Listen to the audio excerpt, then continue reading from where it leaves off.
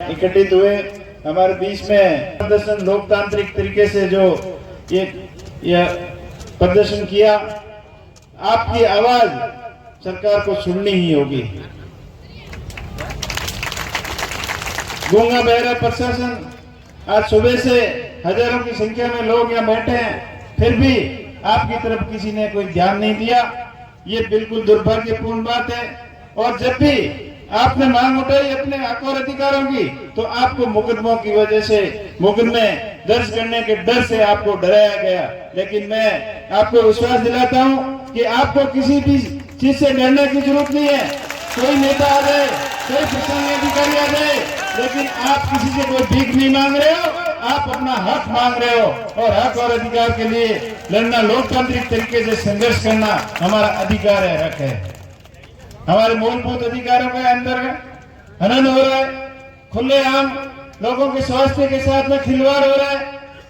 हम नहीं चाहते कि इस तरीके से हो, और हम ये भी नहीं चाहते हैं कि फैक्ट्रियां नहीं चलनी चाहिए।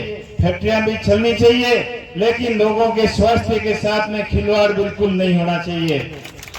जो भी फैक्ट्रियां प्रदूषण फैला रही है, गंदा पानी सीवरेज के अंदर छोड़ रही है, नालों के अंदर छोड़ रही है, उनके ऊपर अंकुश लगाना सरकार का दायित्व होता है। और ये समस्या आज की नहीं है, पिछले 15 साल से इस समस्या से आप लोग जूझ रहे हो। और जब भी विरोध प्रदर्शन, धरना प्रदर्शन होता है, तो खाली आपको आश्वासन के अलावा कुछ नहीं मिलता।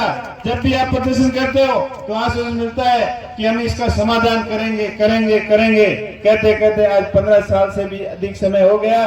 लेकिन ये समस्या दिन प्रतिदिन आए साल विकट समस्या का रूप धारण करती जा रही है, क्योंकि अवैध फैक्ट्रियों के ऊपर सरकार का कंट्रोल नहीं है। फैक्ट्रियों वाले इतने निरंकुश हो गए कि न तो वो हाई कोर्ट का ऑर्डर मानते हैं, न एनजीटी का ऑर्डर मानते हैं, न ही कोई सरकार की सुन रहे हैं वो।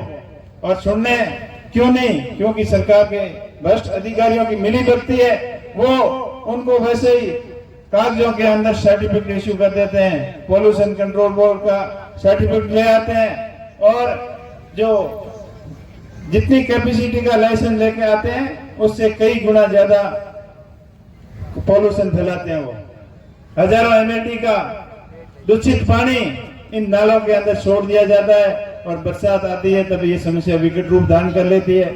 आज दवा डोली के आसपास के दर्जनों गांव के अंदर ये समस्या विकराल रूप लेती जा रही है।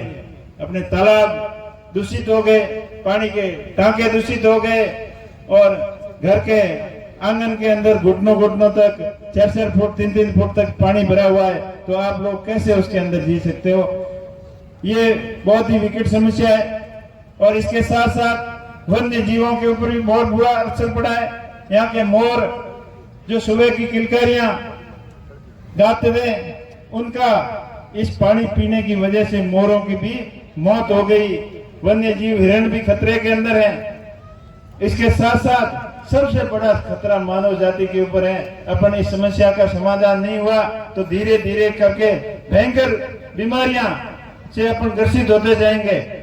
ऐसी लाइलाज बीमारियां इस पानी की वजह से अपने को आने वाली पीढ़ी असुरक्षित में हो जाएगी।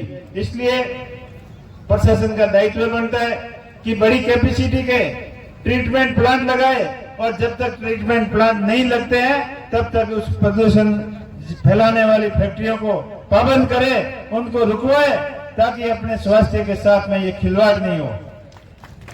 कहने के नाम पर बालोतरा हो, चाहे पाली हो, चाहे जोधपुर हो, ईटीपी, डब्ल्यूटीपी, एसटीपी, पता नहीं कितने कितने प्रकार के प्लांटों के नाम दिए हैं, और वो कागजों के अंदर ही चल रहे हैं। और धरातल के ऊपर वो ये प्लांट के अंदर ट्रीटमेंट बिल्कुल नहीं हो रहा है। और जो भी हो रहा है थोड़ा बहुत, उसकी कैपेसिटी मान लो 1000 लीटर की साफ करने की है, पानी ट्रीट करने की है, तो उसके अंदर 50,000 लीटर आता है। तो वो कहाँ से पानी ट्रीट होगा, कहाँ से साफ होगा? तो इन सभी समस्या के स्थायी समाधान के लिए बड़ी कैपेसिटी के ट्रीटमेंट प्लांट लगाने होंगे, और पक्के नाले के माध्यम से इस पानी को कस के क्षेत्र तक ले जाना होगा। या सरकार ऐसी व्यवस्था करे कि एकदम शुद्ध पानी हो, ताकि वापस फैक्ट्रियों के अंदर ही रीयूज आता रहे। पर बात करते हैं अधिकारियों से बात करते हैं तो बताते हैं कि ये पानी तो ट्रीट कर देंगे, लेकिन इस पानी को कौन लेगा? और कौन लेगा भाई? गंदे पानी है, ट्रीटमेंट सीवरेज का पानी आप कितना ही शुद्ध कर दोगे, तो आप कितना भी सर्टिफिकेट दे दोगे तो लोग नहीं मानेंगे इसको कि खेती में आ सकता है, पीने का आ सकता है। अगर इतना आप शुद्ध कर रहे हो तो इसी पानी को रिसाइकलिंग के लिए उन्हीं फैक्ट्रियों के अंदर भेजो, ताकि वो अपने प्रोसीजर के अंदर ले और किसानों के खेतों के अंदर पानी ये बिल्कुल ना आए। ये बहुत विकट समस्या है और इसका स्थायी समाधान बहुत जरूरी है। पर इस बार हम सब ने ठाना है कि जब तक इस समस्या का समाधान नहीं होगा तब तक हम इनका पीछा नहीं छोड़ेंगे। मैंने आप लोगों की समस्या का पार्लियामेंट के अंदर भी उठाया और वहां आपकी बात मजबूती से रखी कि किसानों के खेतों के अंदर दूषित पानी जाने की वजह से कई हजारों एकड़ जमीन बंजर हो गई, वन्य जीवों का जीवन अस्तित्व खतरे में पड़ गया और मानव जीवन के लिए भी एक खतरा, आने वाली पीढ़ी के लिए बड़ा खतरा है। तो उन्होंने शायद सुना भी है, टीम भी भेजी है, लेकिन जब तक इस चीज का स्थायी समाधान नहीं होगा तब तक हम इसको कतई स्वीकार नहीं करेंगे। और प्रशासन को भी आना होगा, अपने बीच में आकर आश्वासन देना होगा और काम भी करना होगा। खाली आश्वासनों से काम नहीं चलता। अब कहने को बोल रहे हैं कि हमारे डबल इंजन की सरकार है, आपके सारे डबल इंजन, दोनों इंजन मुझे तो फेल लग रहे हैं। इस पानी की बात करें, इसके साथ साथ में किसानों की बात करें, ना तो आदान अनुदान के पैसे आए, ज्यादातर लोगों के न तो कृषि क्लेम के पैसे आए, खाली भाषणों के अंदर किसानों की हितैषी सरकार बन के रह जाती है। किसानों के लिए धरातल के ऊपर काम बिल्कुल नहीं हो रहा है।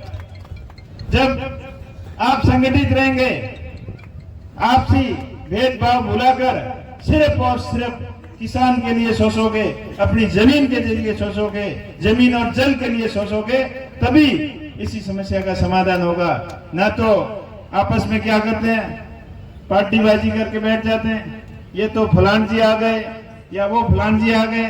पर समस्या नेताओं की नहीं है, इनके आने से जाने से कोई फर्क नहीं पड़ेगा। अगर आप संगठित रहकर संघर्ष मजबूती से करोगे तभी इस समस्या का समाधान निकलेगा। आपको अपनी ताकत का एहसास कराना है, आपको मजबूर कर देना है सरकार को आके आपके सामने घुटने टेककर इस समस्या का जब तक स्थायी समाधान नहीं निकले तब तक आपको एक आवाज पर हजारों लाखों की संख्या में एकत्रित होकर सरकार का विरोध प्रदर्शन के लिए अब आपको हमेशा के लिए तैयार रहना है। हम प्रयास कर रहे हैं, प्रशासन कलेक्टर से बात की है, मैंने संभागीय आयुक्त से बात की है, वो अब टाइम मांगा है थोड़ा सा, और थोड़ी देर तक इनका इंतजार कर लेते हैं, क्या बोलते हैं, फिर आप लोग जो कहोगे वही सामूहिक आप निर्णय ले लेते हैं। पर मेरा यह कहना है, जब तक इस समस्या का समाधान स्थायी रूप से नहीं हो जाए तब तक आपको एक रहना है, नेक रहना है, संगठित रहना है, एक ही आवाज पर आपको मजबूती से इस समस्या के खिलाफ हमेशा लड़ते रहना है। आप बड़ी संख्या में पधारे, आप सुबह से आए हो, करीब करीब आपको आए हुए 7-8 घंटे हो गए।